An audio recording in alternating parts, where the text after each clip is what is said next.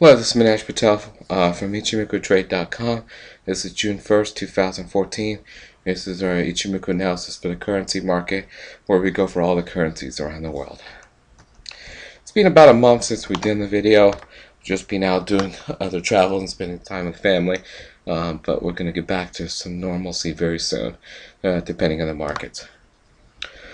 Okay, this is our normal disclaimer to state this is for education use only.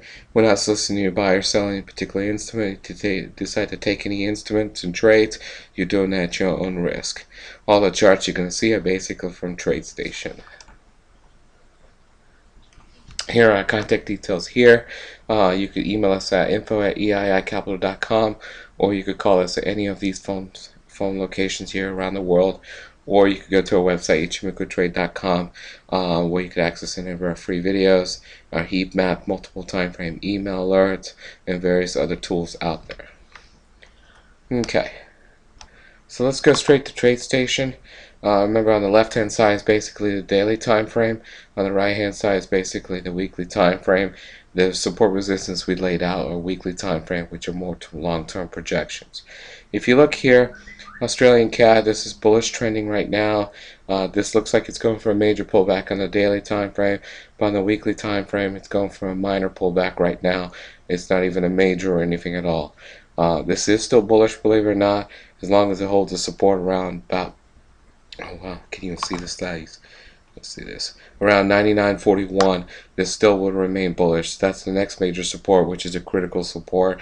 Resistance is basically going to be at 187. If it breaks that resistance value, it could go up to about 315 and possibly go higher. The support here, we're at the minor support right now, does look like a possibility of holding. So this does have a high probability of continuing this thing or going back up. Australian yen. If you look at Australian yen, this is really not doing anything at all. If you see, it was a bullish trending and decided to consolidate midway into 2013. It's been consolidating to now. We're at the top of the consolidation pattern, which we bounced off, which was about 95.93. Major support on this one's going to be 92.35. Australian Switzerland. Here, Australian Switzerland, if you look at it, was bearish trending here. It's trying to go for a major pullback. The major pullback we're thinking is going to be up to about 84.36 level if it doesn't stop here at this level right now. But we feel like it could still keep on going up to about 84.36 at that point. It's just sit there and hold. If it holds at that point, then it's going to sit there, have a high probability coming back down to 80.60 and then breaking out to go down to 7,800. So this is still bearish trending, even though it's doing a counter trend pullback mode, and that's what this upward movement here is, the pullback on the weekly time frame. So you know, we've been playing the counter trend all the way up. We're kind of at a critical level right now, which we can't seem to break, which is close to 8,400, but we believe it still could go up to 84.36, which is a bleep above the 8,400. So we'll have to see what happens here. Either way, if you're bullish, tighten up your stops and start protecting your profits. Australia, New Zealand, bearish trending here, doing a pullback. We believe the pullback is going to be to about 10.33. Support on this guy is going to be about 7.99. If it breaks the support, they'll continue to, it'll go down to the bottom of the consolidation pattern that you see here, and then possibly could break that to sit there for a bearish trend continuation down. Australian USD, you can see here, this is bearish trending. Started a major pullback to the cloud. The cloud has been pushing it down, down, down. It's pushing it down to support 92.07. The key is it will hold there. If we break that, then we're going to go down to 90.56. Break the 90.56, we're going to sit there, go retest the low, and possibly go lower too, because this will be strong. So we're kind of at a critical level right now. If we don't hold the support here, then we do have a possibility of going back to the lows here. If we hold it, then we do have a possibility of maybe getting to 96.18 by the end of this year, but we'll have to see exactly what happens. CAD Switzerland, this is still bearish trending. It looks like it's trying to pull back to about 83.33. Once it gets that level, then it could sit there and hold at that resistance level and possibly come back down to a major support, 81.23. CAD Yen, this is just consolidating. here. It held the support level at 91.64, and it's slowly trying to get back to 94.88, which we believe was going to hold. If it holds there, then we believe it'll sit there and start making a move down. And our time predictions are telling us we've got about 2 or 3 weeks to get to that level, hold it, and then start making a move downwards. Switzerland yen. If you look at Switzerland yen, this is bullish trending. However, it's consolidating now since the beginning of this year. The top of the consolidation pattern is 117.73. The bottom is roughly around 112.97, which we're pretty much there and holding. If it holds here, then we'll continue to consolidate. If it breaks that, then we'll go for a major pullback, possibly down to about 110.43. Euro Australian. If you look at it, bullish trending here, it's done a major pullback down to 45.33, which is a major support level. If it holds here, then we're going to sit there and start making a move back up, all the way back up to about 51.90. If we break that resistance level, then we can sit there and retest the high. But this is the critical support level we're at right now, which is going to dictate what's going to happen with the Euro Australian. Euro CAD. We're at a support level 2 on this one, which is at 47.36. If we hold there, which we believe will hold there, we're expecting at least pull back to about 5,004, and that's going to be the critical level. If it holds there and then it starts making a move down, we believe it'll sit there and get to the cloud at least, which would be the major pullback. If it breaks that resistance level, then we'll know it'll go to 51.90 and possibly can retest the high and sit there and break it. But the momentum in this pullback is kind of taken out of the bullish momentum, so we believe we're going to get a pullback to about 5,004, and then possibly sit there and tank from there to get us back into the cloud, which would be a major pullback. Euro Switzy, one ugly mess, but this is slowly trickling down. Resistance is 22.48, support is 21.77. Euro DKK, this is slowly trickling upwards, as you can see. Resistance on this is 46.58. Support is going to be around 45.90 is the support for this guy. Euro Pound, you can see here, this is basically bearish trending on the daily and the weekly. Not the cleanest of patterns. However, we got to a major support 80.89. We seem to hold it right now. It possibly could pull back to about 81.69. If it holds there, then we're going to sit there and continue the trend downwards, and that'll be a good pullback level. The support 81.69 has to hold for this thing to sit there, continue its move downwards. Next is Euro Yen. If you look at the Euro Yen, this again, like all of the yen pairs, was bullish, and now deciding to consolidate at the beginning of this year. The major consolidation pattern, let's zoom in here. It got to one minor support, which is at 138.44. Next one's going to be at 136.81. It's the next support level. Euro NOK. You can see the Euro NOK here. Bullish trending here, pulled back to about 11.65.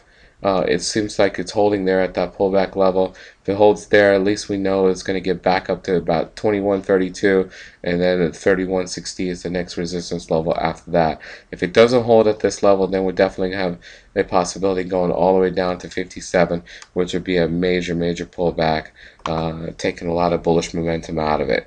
Euro New Zealand just doing nothing at all. It's just slowly trickling downwards, believe it or not. If you look at the support resistance levels, we're at the bottom of the consolidation pattern, which is at 57.11. And we're about to get to the middle of the consolidation pattern, which is 61.75. But this is really not doing anything exciting at all, so we're going to move on.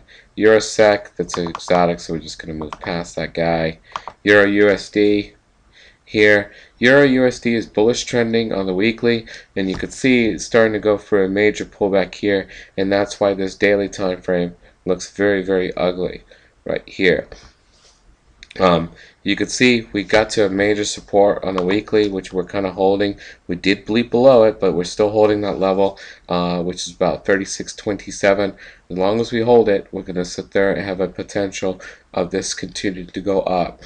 There's high probability when you get it go back up to about 37.33, and at that point, that's going to be the critical level to determine whether we go for a major pullback on this currency pair on a long-term basis, or we continue to go to the pivot high, and then possibly break that too.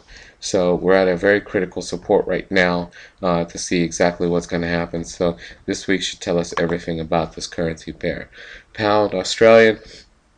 This is bullish trending on the weekly time frame and finally gone for a pullback. We have a possibility of a major pullback now starting, and you can see that that's the reason why this daily time frame is starting to look ugly.